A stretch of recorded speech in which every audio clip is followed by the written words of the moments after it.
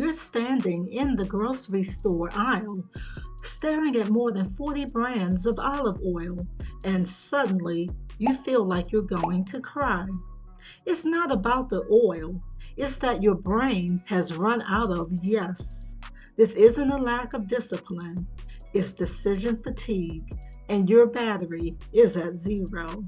Hello, and welcome back to the universe, friends. This is the space where we protect your peace and learn how to carry the weight of life without letting it break us. If you've been feeling completely paralyzed by the smallest task or choices, this video is for you. Today, we're talking about exactly why those small choices feel so heavy.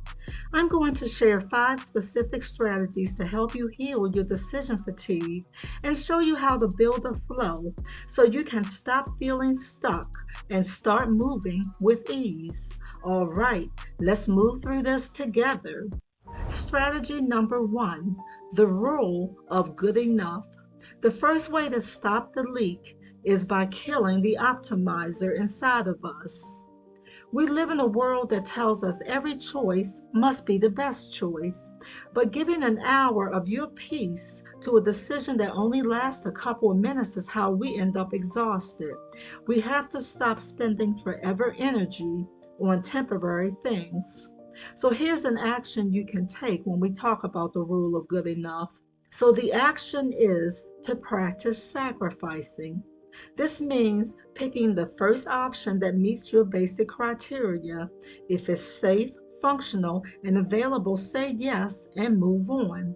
Save your perfect for your hobbies, your relationships, and your values, not for your shopping list. Strategy number 2, nightly handoff. This strategy is about not making choices in the heat of the moment.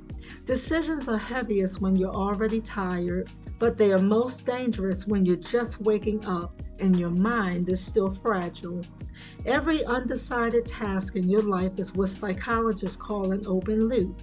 It's a tiny thread of unfinished business that stays active in the back of your mind even while you sleep, draining your battery before the day even begins. When you wait until 7 a.m. to decide what to wear or what your top priority is, you're starting your day in a state of friction. So here's the action you can take. We stop this by front loading our choices the night before. This isn't just about being organized, it's about being kind to your future self. Here's what you do. Number 1, write down your one big thing, that single task that will make the day feel like a success before you go to bed. By naming it, you give your brain permission to stop scanning for problems and finally rest. Number 2, prepare your physical space. Set out your clothes, prep your coffee machine, or clear your desk. When you front load these tiny choices, you aren't just saving time, you're protecting your morning momentum. You shouldn't have to think for the first hour of your day. You should simply be able to flow into the containers you built the night before. You're not just planning a schedule, you're guarding your peace. Strategy number 3, the 2-minute coin flip. Sometimes we get stuck because we treat a tiny choice like a life-altering one.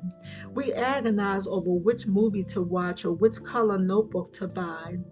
But here's the action you can take.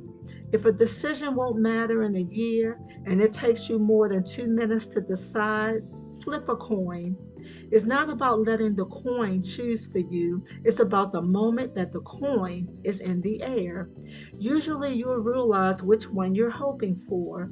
Trust that gut feeling and move forward immediately. Strategy number 4, building a flow for the small things. We have to stop reinventing the wheel every single morning. We think that having 1,000 options is freedom, but real freedom is having a quiet ritual that carries you through the noise. Here's the action you can take. Choose your default settings, meaning maybe Tuesday is always the night you have soup. Maybe you have a specific work uniform that makes you feel confident without having to try on 5 outfits. By building a flow for these tiny details, you aren't being rigid, you're being kind to your future self. Strategy number 5, the decision blackout. Finally, we must protect our evenings. Decision fatigue isn't just a feeling, it's a finite resource that peaks in the evening. This is why we make our most impulsive choices, like mindless scrolling, emotional spending, or late night snacking, when the sun goes down. Your willpower muscle is simply exhausted. The goal here is to create a safe harbor for your mind. If you are constantly on, checking emails at 9 p.m. or debating next week's schedule right before bed, you never actually exit the state of friction. You're trying to navigate a ship in a storm when you should be docked for the night. Here's an action you can take. Create a decision blackout period. Pick a time, perhaps at 8 p.m. or 2 hours before bed, where the office of the brain officially closes. Okay, number 1, no new logistics. So stop planning, stop troubleshooting, and stop browsing. And number 2, try the 12-hour rule. If a problem arises during your blackout, tell yourself, I will solve this in 12 hours. Trust that the version of you who wakes up tomorrow morning will be infinitely more capable of handling it than the tired version of you right now. You see, by enforcing this blackout, you aren't just sleeping, you're restoring yourself. You're giving your mind the silence it needs to process the day so you don't wake up already feeling behind. Now, closing the loops and honoring your evening blackout is how you reclaim your space. But once you've cleared that mental space, the next challenge is making sure the world doesn't rush in to fill it the next morning. If you've ever felt like your to-do list is just one big cycle of all or nothing pressure, I want you to watch this video on how to manage your time without burning out. In it, we dive into the to-do list trap, and I share my morning boundary journal practice to help you protect your time before it even starts. The link is in the description below. And what time of the day do you usually feel that mental fog hit the hardest? Is it right after work or maybe first thing in the morning? Let's talk about when we need to protect our energy the most. The mental load of life is heavy enough without us adding 100 tiny, unnecessary questions to our day. You don't need more willpower, you just need fewer choices. Give yourself permission to let the small things be easy so you have the strength for the things that actually matter. You are allowed to take the path of least resistance when it comes to the things that don't define you. Until the next time, keep growing gently.